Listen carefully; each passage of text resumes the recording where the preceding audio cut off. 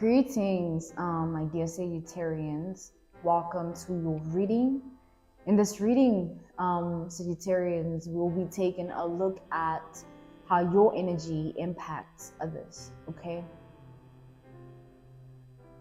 How your energy impacts others.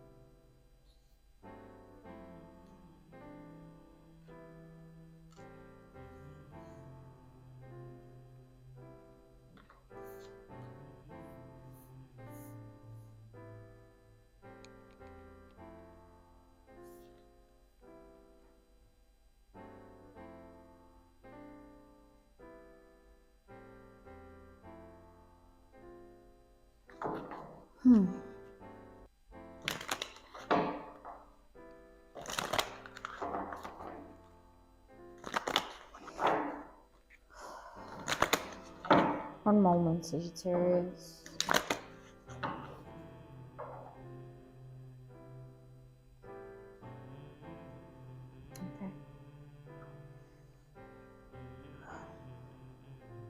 We have the Ten of Cups, Two of Pentacles, the Chariot, the Knight of Wands, and the Sun.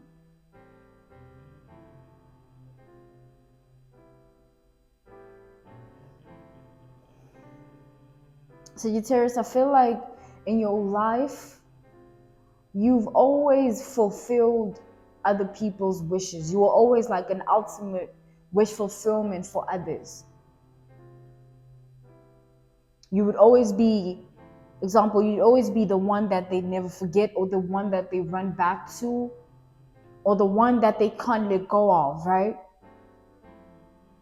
The one that brings them healing, comfort, clarity, knowledge, wisdom. But I feel like in your life, though, people fail to play their role. They failed to be what they needed to be for you, but expected you to be what they needed you to be for them. The roles was so double standard, and it was always like a burden on your shoulders because you were always expected to do this, have this. There was always an expectation on you, whether it's in love, family, career, finances, okay? There was always this expectation that lied upon you, which made it very difficult for you to make a mistake, which made it very difficult for you to find yourself just, not being okay, because you were a pillar of strength for many. And when you're not okay, you make people nervous. When you're not okay, they get scared. How is Sagittarius not okay? No, Sagittarius is not okay. It scares people because they're expecting you to hold them down. They're expecting you to have it under control and have it figured out. But what people fail to realize from time to time is that you are still a human being at the end of the day. This amount of heaviness, you cannot take it. It comes a time when it becomes too heavy. And no one understands because no one is experiencing it like you do. People are on the outside looking in, even those around you. It's very difficult for you to manage and have a form of stability and balance within yourself because what's happening externally is so chaotic at times that the peace you need to find within is scarce. It's rare. You find peace within in moments. Maybe you out in a restaurant having the food that you really like. Maybe you're spending time with somebody you really love. Maybe you're doing something that makes you happy. Those moments when serotonin is released in your body, in your brain. That's where you feel good. That's when you feel alive. But there is so much happening around you at the same time. I feel like you need to realize that there's only so much you can do.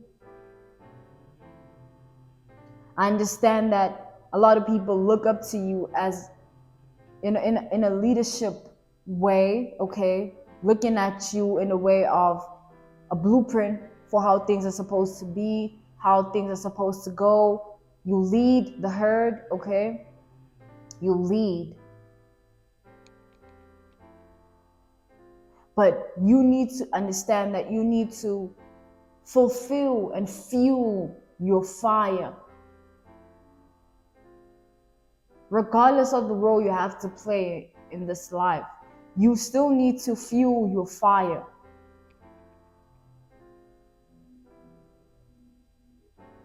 It does not just belong to others. It is yours. You need to fuel that. And you need to understand that it is okay to not have it figured out or have it under control. Because in order to master control, you need to lose it. It's a process. You've always been the one to light up the room. You've always been the one that people always want to be around. You make people want to be better. You make them want to do better. When they look at you, they reevaluate themselves and ask themselves what they can do to do better and be better at 1, 2, 3, so and so. Because there's no one that does it like you. Hence, often,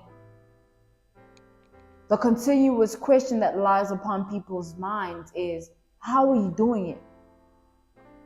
How are you doing it? It's incomprehensible because it's divine. It's divine because you were chosen. You were chosen. And because of that, there's no one that can take your place. That's why people have a hard time moving on from you. That's why people cannot forget you. The influence you hold is great. It leaves a mark. That's the power of your energy. It leaves a mark. And a mark that cannot be erased. It's just there as remembrance, as a lesson to those around you that have wronged you. They too are not realizing the power of your influence. Because when they look at you, it's like they're looking at themselves. Because they're seeing the real them, the mirror. It's like you hold a mirror to people. You speak the truth. You are of truth. And what do people fear most in this world? The truth. They rather live a lie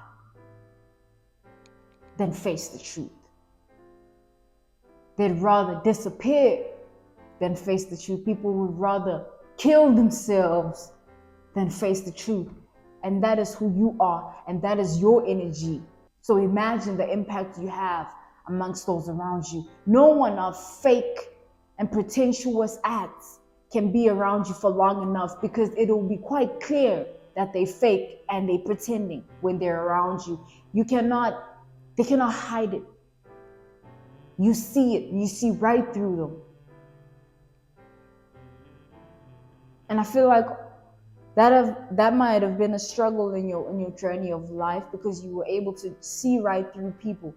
Even if they thought they were finessing you, manipulating you, you would just play the fool. Just cause, maybe even just to keep the peace, just to avoid all of that drama and that negativity, and to protect your energy. Sometimes you would play the fool, Sagittarius. But you're far from that. They come to you for the wisdom. They come to you for the truth.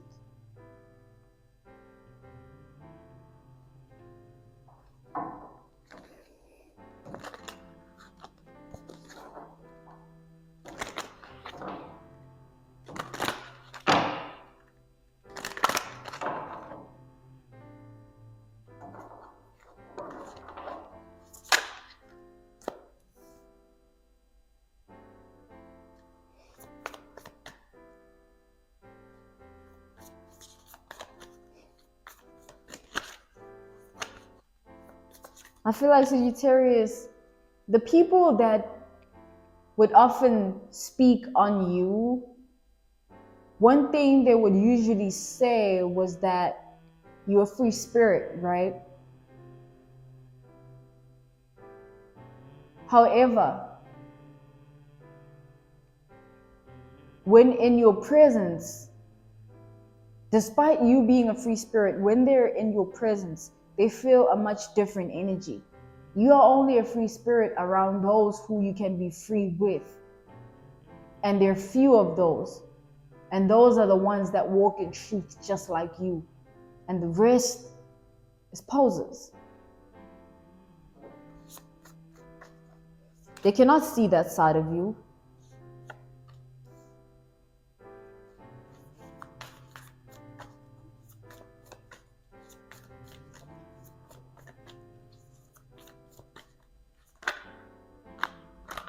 Okay.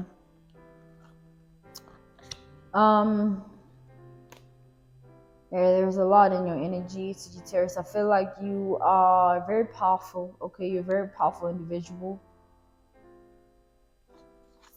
And you hold the light for many, okay?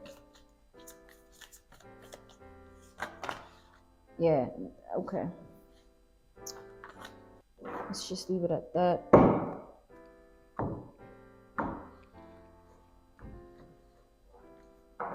So, I feel as though you practice what you preach. That's what I'm seeing for you here.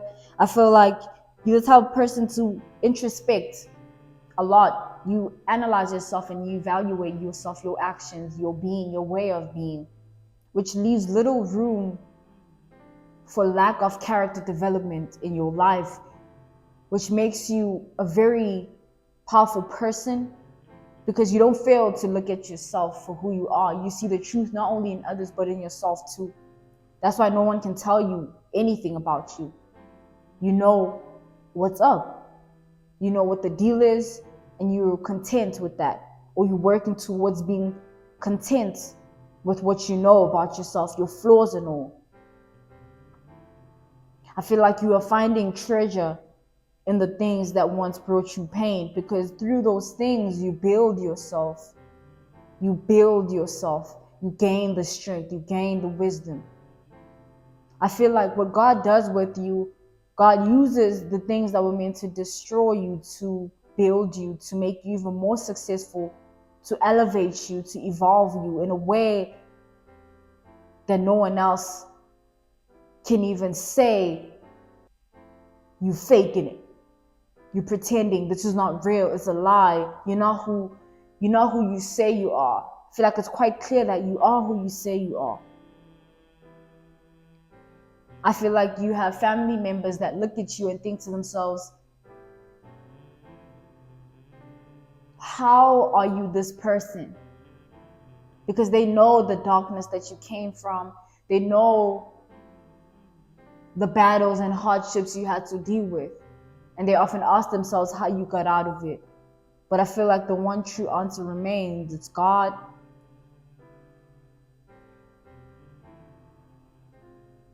I feel like you hold certain wisdom and knowledge. And the wisdom and knowledge that you possess is also a derivative of the pain that you felt throughout your journey of life. That pain activated sides of you and things within you that you didn't know you had.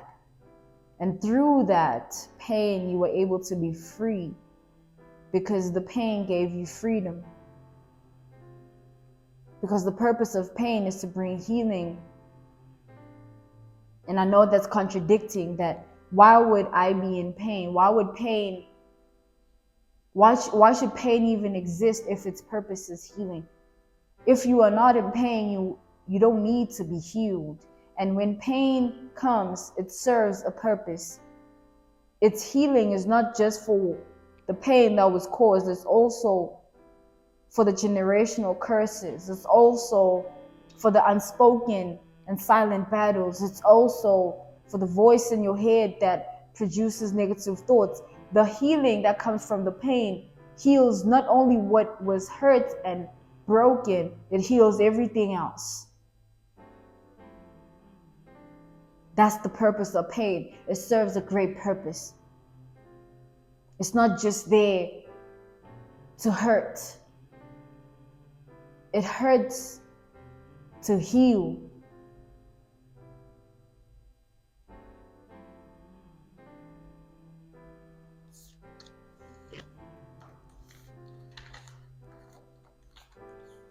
I feel like you are the reason why certain people get up in the morning. They look at you and they say, "You doing it. That means I can too," which speaks of the great influence you have and the inspiration that others feel and feed off of from you. It's inspiration. You give them the blueprint, you give them the light. It's like you are the green light, you are the go ahead that it's possible. You can do it, you can achieve it, which is beautiful. Okay, keep doing what you're doing. Even if it doesn't seem to be paying off, it's not making sense, it's not clear, keep doing what you're doing. Okay, the time will come for everything. Everything happens for a reason. Everything is serving a purpose, whether it's good or bad. Thank you, Sagittarius. If you want to book me for a reading, you'll find my email in the description box below for any type of reading that you want. Okay, I thank you for your time and your attention. Bye.